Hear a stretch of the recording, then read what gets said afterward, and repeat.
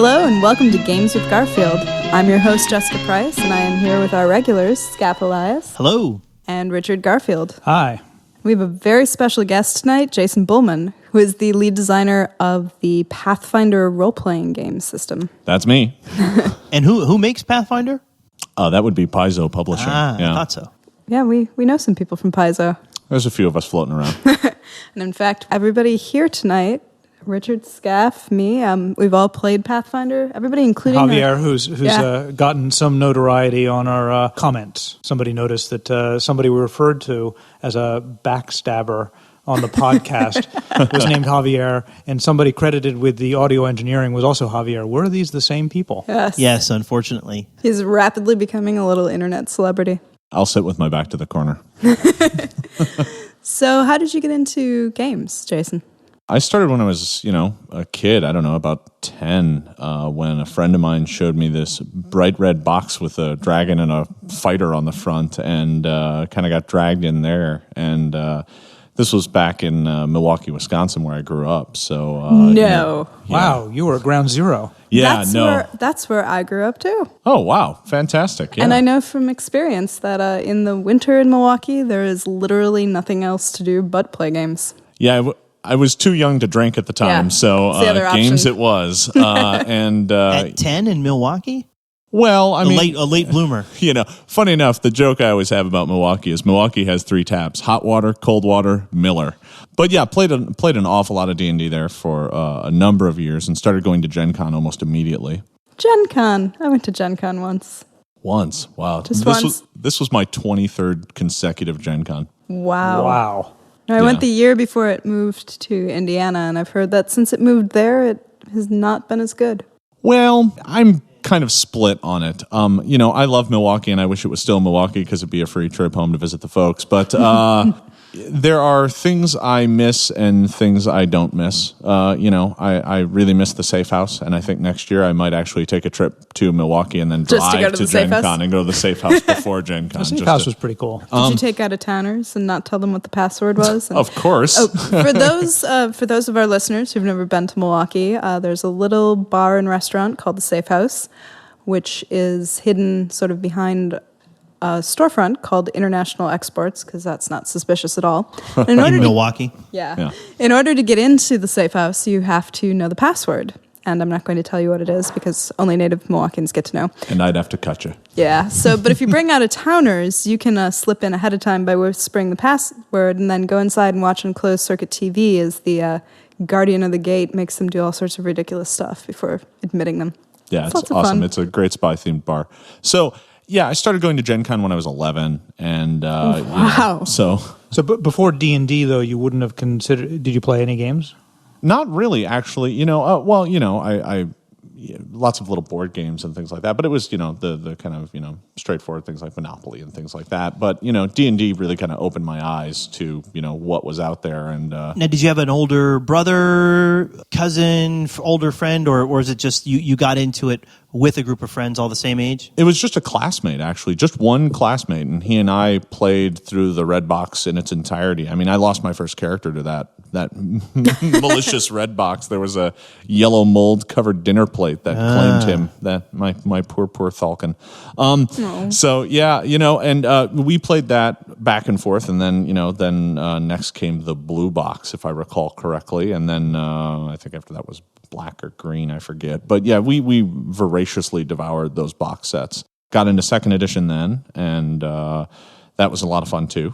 Until I kind of fell out of role-playing for a little while when a little game came out called Magic the Gathering, which sucked away, I think, 3 years of my life. Not that he's looking accusingly at Richard or anything. No. If it knocked you out of second edition, it's no big loss. Yeah, no, actually, that's what I learned later, is that actually I should be thanking you. That, and I think my Magic card collection paid for my current car. So I think we're all good. We're all square. Okay. Yeah. But, good times. And actually, that's the first time I met you, actually, was like Gen Con 94 or 5 or something like that, I think. Oh, really? Yeah, I played a game against you. Richard doesn't remember you. No. I can tell by his face. I perfectly understand that. But I was so excited to play you, and so I played my best deck, and it was a mess. I I kind of beat you really pretty bad, if I recall correctly. Well, 94? Yeah, maybe 95 or 96, somewhere in that neighborhood. Well, somewhere in that neighborhood was where I was turning from one of the best players to not one of the best players. Yeah. Certainly the first couple of years, people didn't know what they were doing. You know, I actually know a lot of game designers who just suck at their own games. And in fact, Jordan Weissman, one of the guys I worked for, actually had a little... He would say that if he sucked at a game he was designing, it would be a good game. There's a lot of truth to that. I mean, I consider it a good thing when the designer isn't the best person at the game. You don't expect whoever designed basketball to be better than Michael Jordan. Right? There's two different talents, playing games and designing games. Yeah, no, I think you're right. And I think I personally get lost in so much of the minutiae and details, things that I've built in that I want to explore, that I want to play with, that I put in specifically almost just for that purpose, that I lose sight of like the whole like, oh, I want to be the best at this. Just I want to play with that one thing I put in there just to see how it plays. And, you know, I find that I get lost in that focus all the time, and that prevents me from, you know, trying to be the best. But then again, I don't really, you know, want to be the best. I want to have fun. Right. And that's one of the dangers of game design is often also when you play the way you think the game ought to be played rather than how people will play it. Sometimes a designer will have an idea of how it should be played, and they are not the best player because they're playing a completely different game than what they've put out. Playing the ideal way they thought it was going to work, but it doesn't really work that way at all. Yeah, I can completely understand that. So, Jason, when you were back at Gen Con, did you ever think that maybe in addition to playing these RPGs, you'd like to make them? I think, you know, being a kid at Gen Con, everybody's like, wow, this has got to be the best job in the world. And, you know, as it turns out, it is. But you finally get to college and you have to pick something. And, you know, I went into architecture, of all things, because they don't have a game designer degree. Well, they do now. It's funny. I always get asked by, you know, college students that I know online or whatever, what should I major in to get a job as a game designer? Should I major in game design? And I'm like, well, it's a fairly new field, so I don't know. I can tell you that none of the designers I know majored in it. They have majors like architecture and theater and chemistry and math. It's all over the place. Lots of English majors, but... So when you did architecture, were you aiming to be a game designer, or were you aiming to be an architect because you didn't think game design was a realistic Or did pursuit? you have no aim and architecture was high in the alphabet of majors you could choose? No, well, it's funny. I went to an art high school, and I wanted to be a comic book artist, but I realized I wasn't good enough. So when I got to college, I actually went into engineering. And I did that for maybe a semester and a half before I was like, yeah, this isn't quite right either. I need something that's a little bit of both. So I went into architecture shortly thereafter and finished out my degree in that. And I was very happy doing that. But at the same time, you know, I had this hobby that I really cared a lot about. You know, I'd spend every spare scrap of moment working on, you know, my next upcoming, you know, game session or, you know, a card game I was tinkering with or something like that. So do you find that having studied architecture actually helps you design? Because I've noticed that, you know, a lot of the buildings we go into in Pathfinder actually seem to be pretty well thought out. Well, I tell you, I can draw one hell of a map. That's one skill that I did get. I think it helped to... Architecture is a very kind of, it's half art, half math. So it's a little bit of both, which is something that I personally have found is a very useful discipline to have when it comes to designing a game.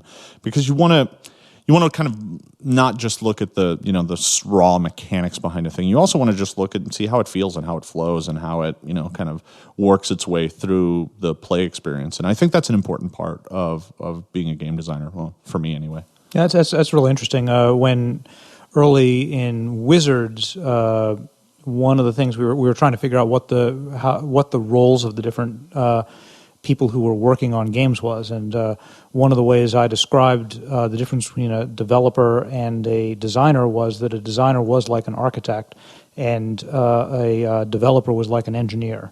The architect had responsibilities. They had to obey the laws of physics and so forth, and they had responsibilities along those lines. But it was the engineers, the developers, that were, you know, really had to make sure that the game stood up. Yeah, and that's actually a very good analogy.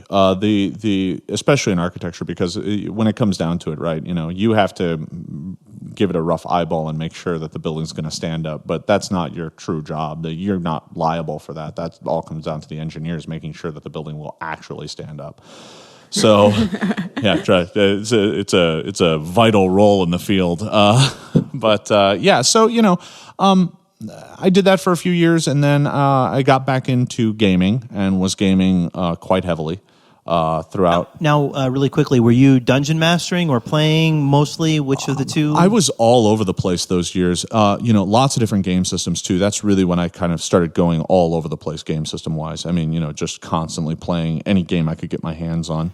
And any game or any role-playing game, and were you playing more role-playing games than other games? I was playing a lot of role-playing games at that point in time, D&D, Vampire, Shadowrun, Deadlands, GURPS, Amber, if we could get our hands on it, we played it. At least once or twice, just to get a feel of it and, have some fun with it. But I always kind of gravitated back toward D&D, right? It was always the one stable thing that you could always find a group for in Milwaukee. You couldn't shake a stick without hitting 4 or 5 D&D players. So let's talk about Pathfinder. If you could describe it in a paragraph to people out there who've, never played it, why Pathfinder instead of 4th edition D&D? Well, I'm kind of the opinion that I'm not sure it's an either or equation, right? I mean, I play so many different games that I don't really think it's that big of a deal. As a matter of fact, it was kind of funny. I was at Gen Con this year, and I was sitting down to play a game with an old friend of mine who I used to play with back in Milwaukee. And he's like, great, we're going to play a game at Gen Con. Show up. I'm going to run it. It's going to be awesome. And I get there, and it's 4th edition. And I'm like, great, let's play. And I sit down and I start playing. And a bunch of my friends at Wizards find me sitting at a table playing 4th edition. And they think this is hilarious. So they immediately take photos and throw them up on Facebook, and they're like, look who we found playing 4th edition. And I'm like, what? I'm a gamer. I play games. What? This is a surprise to you? Hoorah. Yeah. No, I mean, that makes complete sense, but It might be a surprise to people at Wizards. Well, no, it's artificial scandal, which is fine. I get it. it becomes apparent you don't work for Paizo's marketing department. But well, no, I'm not trying to say, I'm not trying to say I don't believe in my game and that I don't think it's, a great game, because I do. So if, somebody was saying to you, well, should I play 4th edition or should I play Pathfinder? What would you tell them? Well, the first thing I'd ask them is, what type of game are you looking to play? Right? I think that's what the big question always comes down to. When it comes down to picking what type of game you want to play, I want you to play a game that makes you happy. Now, I personally think that the Pathfinder role-playing game gives you opportunities to play whatever kind of character you want to play and play however you want to play. So it offers you a lot of options and flexibility in that regard. One of my favorite quotes about 3.5, which is what this game is based off of, that I heard, it's talking to Monty about, that's Monty Cook, who helped design 3.0, was that when it comes to this game, if you want to eat rocks, you can eat rocks. And I kind of take that to heart, right? Which is like, you don't have to be the best character ever to still have a good time. I'm not encouraging a suboptimal choice, but I am saying if you want, you can elect to, make the character you want to play. So I think Pathfinder really offers you that kind of flexibility to kind of really just play the character you want to play and play him how you want to play him without the game necessarily dictating to you how or why you should play your character. Along those lines of not dictating as strongly what you should be doing, Lisa has told us that the next adventure path we're going to be playing after we're currently playing Rise of the Rune Lords is going to be something called Kingmaker. Yes. Can you talk about why Kingmaker is different? Well, Kingmaker is an adventure path that allows you to really it kind of harkens back to some of the older adventures where it's like you have a big map of this large open terrain, and I don't want to spoil anything for you, so I'm going to leave out the details. But we just need the vulnerabilities of the boss could we please get their AC and hit points, please? Yes. Preferably what saves they have that are worst. Yeah, I'm not helping you on that Anything you regard. think we should know? Like, do they have finger death or disintegrate? Yeah, no, you're getting nothing out of me. We could just go buy it. Yeah, Lisa will punish me if I Go tell. away with your logic, Skaff. Yeah. So I'm not going to invoke my boss's wrath by telling you anything. It's an adventure path that really kind of allows you to kind of explore an area sandbox style. So you get this big hex map that's like, here's this great untamed wilderness. Go tame it. There's a lot of really kind of fun exploration pieces that involve that. And like it said, it's called Kingmaker for a reason, because it's all about kind of founding a kingdom. So there's a lot of really fun, exciting set pieces and bits to that adventure path. That does sound really fun. Yeah. So one thing I noticed, I haven't played D&D 4.0, I played 3.5. Pathfinder seems considerably more streamlined as a system than 3.5. Well, one of my design goals with Pathfinder was to take a lot of the clunky pieces of 3.5 and just smooth them out. Basically, I sat down and thought, okay, if there was a rule that forced me to open up the book all the time, every time, even after 7 years now, I still have to go open up a book, that rule is probably bad and needs to be fixed. So grapple rose right to the top of that list immediately. Every time somebody grappled, somebody had to open up a book. Same thing goes with like turn undead. That turn undead chart was just, I wouldn't say unintelligible, but it was just so complicated that it's not something you could memorize. So, we worked really hard to kind of fix a lot of those kind of clunky pieces of the rules. One of the things I really liked is that spot and search, and I forget what else, are rolled into perception, which made so much sense to me. Yeah, that was just a simplification. That's something that 4th edition did too. I think after 7 or 8 years, everybody was kind of looking at it, making some of the same decisions, actually. It's kind of interesting because there was a fair amount of parallel design going on because 4th edition was, much further along when we started doing Pathfinder. But some things did kind of come out similar, and I've had some good chats with Mike Merles about that, about how those kind of things, it's kind of funny how some of those things came out the same. I mean, they're drastically different systems, but some of the decisions were similar.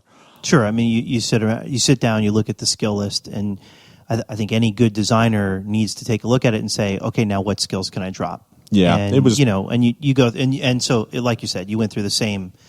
We went through the same processes. We got to different places in the end. Sure. But the process was you both similar. combined spot and listen. Yeah. That was low-hanging fruit. That was one of our big design goals. One of the other big design goals we had was to open up the number of options that every character had, no matter what class they were. One of the things that kind of irked me about 3.5 was that whenever you looked at like 2 5th-level barbarians, they're basically the same character, right? There really wasn't anything different about them at all except for feats and skills and their name. Really, I mean, boiled down to their core, all of their class features were virtually identical. So one of the things that we worked really hard to build into these classes was options and choices. So when it comes to barbarians, you've got rage powers you can pick from. And when it comes to, sorcerers, you've got different bloodlines now that you can choose from. So there was a lot of that sort of just option building that don't necessarily increase the power, although we did work hard to kind of rebalance some of the classes through some of those features. But yeah, I mean, that was kind of some of the big things. And then, of course, the last big concern for us was maintaining backwards compatibility with 3.5. A lot of people have shelves full of books. We wanted to make sure they could still use them. Yeah. So what were your goals in world building? Because I remember when I first saw, I think maybe it was the Gazetteer, before we actually started playing the campaign with Vic and Lisa, I was looking at it and I was like, wow, this world's really boring. Like, it seems so much like the real world. You've got a continent sort of the south that has a jungle and all the names are Africans. You've got African-ish. You've got a continent to the east that has a very Arab society. And then as I actually started playing it, I discovered that you'd done a lot of stuff to tweak the cultures. So that on the surface, they looked really familiar, but as you get into them, there's a lot that's different. Why did you go for that sort of broad resemblance to the real world, but that, underlying? So when it came time for us to put together our world, which is called Galarian, we sat down as a large group and had this big, huge, 4-hour brainstorm where it was just like, okay, what are all the types of games people like to play? Okay, people like horror games, and people like war games, and people like high fantasy and low fantasy and sci-fi fantasy, and people like undead, and people like and we just had this huge. I mean, the whiteboard was literally covered in ink. I mean, it looked like a madman had broken in and written all these tiny little formulas all over the place. So we wrote all those down. And the very first product we did was the Gazetteer for our world. Now the Pathfinder Adventure Path had already launched at this point. So the nation of Vericia was already under development. Mm-hmm. But the rest of our world was kind of this nebulous putty floating around out there that was like, well, we know there are things, but we have no idea what they are, what they look like, or where they are. And Eric and I kind of sat down to kind of do the first go at the world. Eric Mona, who is our publisher. Eric started off designing the world by drawing this large kind of crazy map that was T-shaped, which I give him no ends of crap about because it was T-shaped, which is, just like how we print all of our maps on big T-shaped pieces of paper.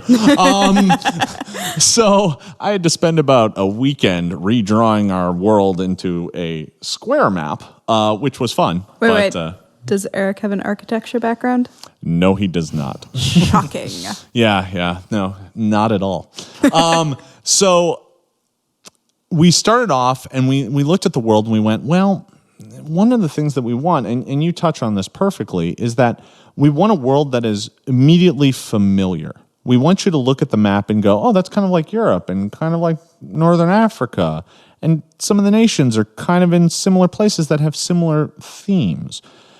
Because one of the things that I think is really important with any role-playing game is that anybody who sits down at the role-playing game immediately has some way of interfacing with the general theme of the game. It's so much easier to kind of get someone who's new to the game involved in the game if they can go down and they just go, oh, well, I know what an elf is and I know what a dwarf is, right? You got those basics. But when it comes to a world... My old boss actually used to say that you had to ground a game in the familiar so that people could actually appreciate the exotic. Because if everything's exotic, it's just chaos. Exactly. Yeah. No. If there are no humans and there aren't, talking fantasy, right? If there are no humans and elves and dwarves, things that people are kind of familiar with, the weird things you do don't make any sense. It's exactly that, right? So when it came time for us to build nations, we took the exact same approach. So we have a nation that's very much like Egypt, but we do crazy, weird things with it, right? There's an entire desert full of genies, and there's, the main city has the carapace of a gigantic dead beetle perched over it, and just weird things like that. And, Eric and I kind of divvied up the world, basically, we, as foreign conquerors might do, and like, all right, you write this nation, I'll write this nation, you write this nation, I'll write this nation. And we just took our first stabs at it, and we worked a lot with the rest of the staff to get everything right, and that's kind of how it came together. I was wondering if you'd played with the idea, because if you look at people I think are pretty good world builders, like Robert Jordan, you can argue about whether he's a good writer, but I think he's an excellent world builder, or Tolkien. They played with the idea that their world represented either past or future Earth, and that's why there were these similarities and echoes. Yeah, we almost kind of see it as an alternate Earth. At least that's the way I see it. I'm not sure anybody else on the staff shares my opinion. I'm sure I'll find out shortly after this podcast is released. But I think that's a fair kind of cop, right? It's like, oh, this is what would have happened if the world had magic and dragons and dead gods and gods that could actually pull things off, and it's interesting stuff. So that's kind of. Did you say gods that could actually pull things off? Oops. I just want to call that out. Yeah, no. Angry emails incoming. 3. He hung out more 2, at the bars than the churches 1. there in Milwaukee. Well, no. What I meant by that is in our world we have one of the things that's central to our world is in the main city of Absalom. We've got Starstone, which is basically a meteor that fell from space and devastated the continent many, many, many years ago. And one of the last, he was called the last of the Aslanti. He's the proto-human, the last of them, raised the Starstone up from the depths of the ocean floor and founded a city around it. And this Starstone is a gateway to divinity. Anyone who can brave the test of the Starstone, which is located in this trapped and deadly cathedral, can ascend to godhood. And through the history of our world, 3 superhero humans have basically pulled it off. And in our Pathfinder campaign, Javier and my characters are worshippers of the god Caden Kalen, who is the god of drunkenness and bravery, and very much seems like a human who ascended to godhood. He did it accidentally. Yeah. That's the great part. He kind of stumbled in there drunk and came out a god. Yeah, that's one of my favorite little contributions to the world. When Javier and I were coming up with our characters, Javier was talking about being a cleric, and Lisa goes, wait. have I got a god for you? I've often thought it would be fun to go door to door and just start out some wacky religious pitch with, wait. That sounds. I got a god for you? Kalen sounds exactly the kind of guy that would work well in Milwaukee. You've got the drinking indeed. and the churches mixed together on alternating street corners. Let me tell you, checkerboard fashion. if Milwaukeeans could worship a god of beer, They would. yeah, No. church attendance would be even higher. So back to the more mechanical side. So now for the harder question. So what's your biggest mistake in Pathfinder so far? That's interesting. Well, my biggest mistake. Well, I don't know that I have things that I call a mistake. I have some things that I wish I could have fixed. Right? I mean, as someone who You could treat it works like an interview question. My biggest mistake was trying too hard. That's right. Yeah, no. I work too hard. That's my biggest problem. No, I like to work too much. I think there are things that I wish I could have done that I couldn't do based on some of our guidelines, right? So one of our big things with Pathfinder is that it had to remain backwards compatible, right? So there were some things that I just couldn't fix that I really kind of wish I could have. Like, for instance? There is a discrepancy in the way that the math kind of breaks down in higher levels based on save DC progressions and attack and AC progressions. It's complicated, but basically what it boils down to is that the math gets a little bad based on your save discrepancies become a little bit too large for dice variables to really account for. I know that's really nerdy and complicated, but basically the math kind of breaks at higher levels, and I wish I could have fixed it, but if I would have fixed it, it would have broken. It wouldn't have been backwards compatible. You know what I know that Skaff believes is a mistake? The existence of the Rod of Wonder, which is only my favorite thing in Pathfinder ever. I couldn't get rid of that item. Right. But it's also, that's in third edition as well. Yeah. So. Well, we tried to keep just about everything. There were some things we went, okay, no one's going to miss that. And as it turns out, they haven't. That said, we're bringing some of those things back. Some of the monsters we didn't put in the bestiary are going to be in bestiary too, which is what one of my current projects is. There are some things like that. I think I went too far on making the paladin good. At first, and I've had to kind of walk back on that. I mean, as far as things that were actually my zeal for making awesome paladins perhaps went too far. The original version of Smite Evil was way too powerful, but that's been ramped back a little bit now. Right, in the new, you've got the update. Yeah, the third printing, we fixed it. Yeah, we changed the way Smite Evil works a little bit. There's a bunch of new character classes too, aren't there?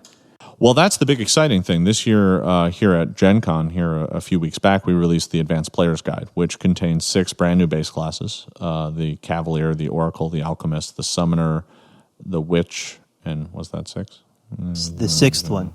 Wait, never mind. Inquisitor. There it is. There we go. There it is. All right, yeah. So we've got 6 new classes in the game. They're exciting and fun and kind of work differently than any other classes that we've done up to this point. And the other exciting thing in the book is an entire chapter basically dedicated to alternate archetypes, which are different ways to play the core classes from the core book, which have been received very well up to this point. There's some really exciting stuff in there, including the reappearance of the anti-paladin, which I'm personally giddy with excitement over. So you like both the paladin and the anti-paladin. And I made the anti-paladin just as evil as the original paladin. So if we were going to bet how you screwed up in this latest version, it would be the anti-paladin's probably too powerful. Take note to of that. Self. Evil New can campaign never soon. be too powerful.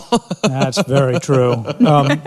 So if you were at Gen Con and you were told there were 2 private game demos going on, one of them you were told had the most amazing new role-playing mechanical system, and the other the most amazing new role-playing world.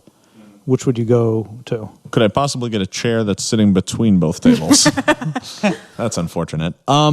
Me as a person, I'd probably go check out the mechanical end of it first. It's just kind of in my nature to want to explore that immediately. And do you think that's more important to the world, the game overall, or do you just think that's reflective of your personal I think it's more reflective of my own personal taste. I think both, to be honest, have equal importance in a game. I think you really can't have one without the other. Especially when a role-playing game, right? If we're talking board games or card games, the world behind it can really fade in the background if you've got a solid concept. Although I still don't think it can totally disappear. But I think when it comes to a role-playing game, I really think you need both. And it's funny because mechanically, I almost want the mechanics to be so good and so smooth that they fade away so that I can just focus on the world that's behind it. That's easier said than done in almost all circumstances. The rules are always going to intrude. The purest version of that is like, well, we don't have any rules. We're just telling a cooperative story, and everyone agrees that, that guy makes all the rules, right? And just tells you what happens. Like an Everway. I own Everway. That I have that. I just unpacked that when I moved recently. That's sitting on my bookshelf. I got a number of copies of Everway. I have several copies of Everway. Oh, Everway was fun. We played that a couple times. God, I did play, and it was fun when we played with Jonathan. I like open-ended storytelling systems. I think they're fine. They are a lot of work, though. Yeah, they are. Speaking of worlds, so which country in the Pathfinder world are you most excited about setting a campaign or module in the future? Well, my pet nation in Galarian is Razmaran. Really? Which one of the things that we did early on is we wanted to make sure everybody on the staff had their own kind of pet nation, that they were like, we want everyone on staff to have a nation that they're really excited about and they want to do things for. That's a really cool idea. Yeah. That's a great idea. It gave everybody a chance to really get invested in at least some aspect of it. Now, some people have been more excited about their nation than others, but So whose nation is Irison? I'm not telling any one special nation. I'll leave that to Except them to talk Razmaran. about. Well, except for mine. Right? Yeah. I'll gladly So talk tell about us mine. about Razmaran. So Which is the Razmaran- best of the pet nations, as I've been told. Clearly, yes. You kiss up well. I see you're experienced at this. Oh, wait. I should put a spoiler in front of this. For those of you who don't want to know secrets about the Pathfinder Spoiler role-playing alert. game, world of Galarian, this is the point where I tell you something that you may or may not know, so close your ears. Razmaran is a nation founded on a lie in that it is controlled by a guy who claims to be a god, that he took the test of the Starstone, and he didn't. So he's his entire nation is basically one gigantic pyramid scheme run by bullies and wizards. Nice work if you can get it. Yeah, no, it's not bad. I think one of the things that really influenced me when I was doing this is I funny enough, had been watching Conan the Barbarian, which someone here Which hasn't I still seen. haven't seen. Yeah, that's Javier, that's a edit that disgrace. out. We don't want our listeners to know. Yeah, they'll. Funny enough, we didn't have any listeners after that podcast. They just weren't interested So anymore. is the guy in charge an anti-paladin? Yeah. Nice. It's That's one right. of the greatest movies ever, and it's Oliver Stone's finest film. Yeah, that's what I hear. So I just been watching that, and He wrote it. The whole snake cult in Conan the Barbarian was kind of my influence, right? It's like, oh, that damnable snake cult is appearing everywhere. Well, the snake cult was really just a bunch of like bullies and thugs who basically set up shop, and now they had magic, but I don't know that they were gods, right? They were just guys who knew spells, right? So it was like, oh, we should totally do that in our world. So They I'm also kind had really beefy guys with big hammers, though. Yeah, no, Yeah. these aren't beefy guys with hammers. Their shtick is they all wear masks, so you don't know who you're talking to or dealing with at any point in time.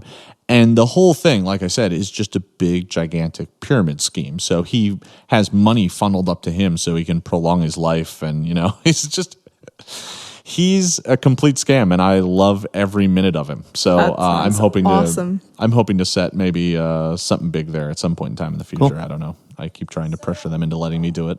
So why can nobody at your company appear to pronounce golem correctly?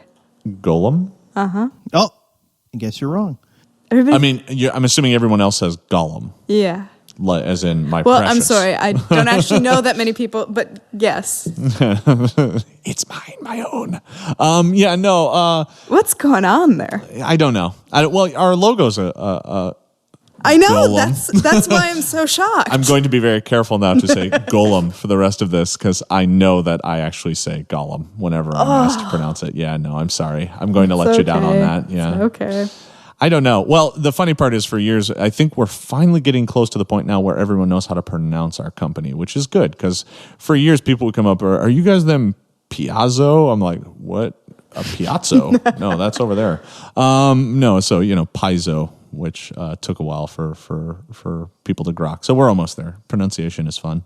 That's one of the marvels of D&D. It taught me how to pronounce a whole host of words. So, a couple more questions. What's next as far as coming out? Are you going to come out with another player's guide, more classes? Do we have to wait till next Gen Con for that? Is there going to be an update in the middle? No. So what's on the agenda here is I'm just finishing up my current development pass on Bestiary 2. Which is full of a bunch of more monsters to brutally murder your characters with. Excellent. So that should be a lot of fun. There's a lot of really good monsters in there, including a Jabberwock, which, stock up on Vorpal swords now. That thing's deadly. I think we know what Lisa's going to be throwing at us. Yeah, you'll be first level. Here Lately, it comes. she wants to kill us, I think. I'm not going to comment on that. I love you, Lisa. All right, so... moving on, after that, the first book that we're coming out early next year is called Ultimate Magic, which is... That sounds exciting, or possibly like some sort of world Is that the book where you Wrestling finally Federation. remove casting defensively from the entire No, not at all. D&D 3rd edition Pathfinder chain? Not in this life. Ultimate Magic will contain a new class called the Magus, which is a blend of both a fighting man and a magic user. So an elf is what you're saying? Yeah, that's right. It's the new elf class. Well remembered. So it'll have that. It'll also have a bunch of new archetypes for spellcasting classes, a bunch of new spells. And the thing that I'm really excited about that I'm just starting to work on is a system that we're calling currently Words of Power, which is a system that allows you to cast spells in a drastically different manner. Basically, it allows you to combine different words of power to create spell effects instead of memorizing set spells. Create sentences of power? Basically, yeah. You take the phrases, syntax of strength. We could come up with a whole bunch of different names for it. So that's kind of the idea behind that system, and it should be a lot of fun. I'm still That's very kind of cool. working. I've on it. always thought the least creative part of D&D was spellcasting, which is... What? Yeah. What? Yeah. Well, it is just kind of a pick your spells and then cast them. You know, right? it seems there's like it seems like there's if a lot you're a of magic choices. user and you can control the wind, you should be able to do anything wind related that you want, limited only by your own creativity. Instead of, the spells seem to have very rigid ways that you can use them. You have not played a spellcaster enough. No, I've just watched other people and been like... I'm staying out of this fight. I started thinking about it recently when we played this little independent RPG called Lady Blackbird, in which they didn't tell you what spells did. They would tell you that you had, wind spells, and it was actually up to you to figure out, what that meant. Sure, yeah, it's kind of like the White Wolf Mage system, where it was kind of like, you have these spheres, do what you will with them, but this is kind of your upper limit. Yeah. Best of luck to you. Which is fun and is really pretty awesome. And the Words of Power system, I don't think will be quite that freeform. I think it'll be a little bit more defined, just because we're kind of dealing with a very defined system. Yeah, and that makes sense. But I think it will give players that want that kind of level of flexibility to be like, wow, I really want to, make the ground shake with fire. You might be able to do that. So there's that. And that's Ultimate Magic. And then the only other book we've announced thus far is next year's book for Gen Con, which is called Ultimate Combat, which contains more options and rules for melee characters, or melee for combat-focused characters. And when does Ultimate Magic come out? Ultimate Magic should be out in, I believe, March or April. I'd have to recheck. I heard you were going to do Ultimate Recuperation, too. That comes for me shortly after Ultimate Combat. Yeah, that's my own personal book. I'm looking forward to it. No, Ultimate Combat should be a lot of fun. The big thing that's going to be in there is going to be a system for mass combat. Oh, that's cool. Nice. Yeah, it's That's going to be a really big- I'm cool a big as soon fan as of I that figure out how to make it work. So, and all that, if people want to keep updated, www.paizo.com. Yeah, and that that's is us. pronounced What was that? Paizo, not Piazzo. Paizo. Paizo. Paizo. Yeah, that's us. www.paizo.com. Yeah, not so much on the Piazza. No. So I was curious about non-role playing. Your work is mostly role playing, and you've got a strong roots in role playing. But you mentioned this foray into magic, and before we began the podcast, you were talking about some of your favorite board games. So, what board games are you playing these days? So we play a lot of Agricola. We also play Power Grid. Is a lot of fun. Le Havre. We play Le Havre. You guys sound kind of hardcore. Yeah, we play a lot of kind of some tricky games, but we like the lighter stuff too. Like we play Dominion almost to the point where I lose consciousness. I love some Dominion. Yeah, it's a lot of fun and reminds me of another game that I used to play a lot of. But I really enjoy it. Right? It kind of Dominion's outstanding. Yeah, it's a really good game. So we kind of hop all over the place. We'll try any new game at least once. We've played Dungeon Lord, Small World, Pandemic. What do you think of Small World? I like Small World. I don't really kind of feel like I've had enough time to play it. I've played it maybe 3 or 4 times, and I like the kind of mechanic that I like any game that everyone involved is engaged right up to the very end. One of the things, if a board game leaves you in a spot where you've clearly lost and the game's only halfway done, I think that's not the best design decision. Preach right? it, brother. Sure. Yeah. So I like Small World in that right up to the very end, you're taking part and doing things and you're active right up to the very end of the game. So generally speaking, games with kind of occluded scoring systems where it's not obvious who's winning are generally better for my personal tastes. We kind of hop all over the place. We've been playing some Through the Ages. Boy, that game's definitely not on the easier side. I have not played that yet. I've been scared off, even though when it's described, I like everything about it except that it takes so long. It does take a while, although once you kind of get it down and once you know how to move the pieces around your playmat quickly, it moves along rather. Well, what would you say roughly your playtime is on it? Well, I think the first time we played the most easy version, and that took us like 4 hours. And now we can play the full version in 4 hours. So that's quite an improvement. Remember in Jim's bachelor party, they were you and I were there very late, and there was still a game of Through the Ages going. I remember and it. So Through the Ages does indeed last. Yes. Through the Ages. And to see if you can get to the end, you'll see what happens in the next stage of Min. When Skaff and I were leaving, there were 3 people playing Through the Ages, and Jim said, "So how much longer do you think this is going to be?" And one of them said, "Not long," and the other said, "Yeah, probably an hour." Oh, no. And Randy said, "They're both right." So we should probably wrap it up here, especially since Richard has brought out some chocolate, and I'm not sure how much longer I can contain myself, but I know I have one final question for him before I go. Skaff, Richard, any final questions? You can go ahead. It's not going to work too much longer. Eventually, people actually listen to our podcast. So Right. I am ignorant and afraid. Pirates or ninjas?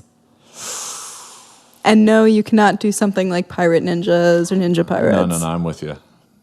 I feel like I'm going to be judged one way or the other. You are. Yeah, all right. But you've got supporters in either camp, so. Yes. On the bright side, you'll only be judged by us and our listeners, which isn't that many people. All right. Well, but we're very judgmental. We are very judgmental. All right. In that case, I got to go Pirates. They got cannons. Hoorah! Yeah. You have 1 point with Skaff and lost them with Richard and me. Oh, that's terrible. I knew I was choosing poorly. No, pirates are cool. Pirates are cool. They have But they wouldn't be a hooks good and question if they guns weren't both cool. Yeah, no, that's the real I mean, problem. as I said, I kind of have a preference towards robots. But Yeah, for some reason, the robots always get left off the list. So do like cowboys and other things that kind of vaguely fit in the genre. I don't think cowboy would fare very well, but I think robot would do particularly well. Probably, but, as far as which one would you want to be? Oh, Robots I didn't aren't know really it an was that option. question. Hold on here just a Oh, moment. no. It's not that question. The question is quite simply pirates or ninjas, and you can interpret it as you see fit. Because to be clear, interpretation is part of the question. no, I got you on that. Now it makes sense to me. But had I thought that through a little bit more, which one would I prefer to be? Yeah, ninja all the way. Come on. Pirate? Really? I got to lose an arm and an eye, and I get a parrot that sits on my shoulder all day? Really? You gotta have a This is parrot not- sitting Traps on your on shoulder you. all day. Yeah. No, thanks. No, I'll take the tight. If it's choosing black who we have to be, I'm doubling down on pirates. They do get all the rum. Yeah. They do get all the I'm not a big fan. And on that note, I think we'll leave it until next month. I don't know what the ninjas get, but I'm pretty sure it's what they want. Yeah, pretty much. Whatever they want. Indeed. All right. Well, good night, everybody, and we will see you in probably a month. No. 2 weeks. 2 weeks. 2 weeks? All right. 2 weeks. Even if we have to delay putting up this podcast so we have another one in the can. Trixie. Nice. All right. Good night. Yeah, thank you very much. Thank you, guys.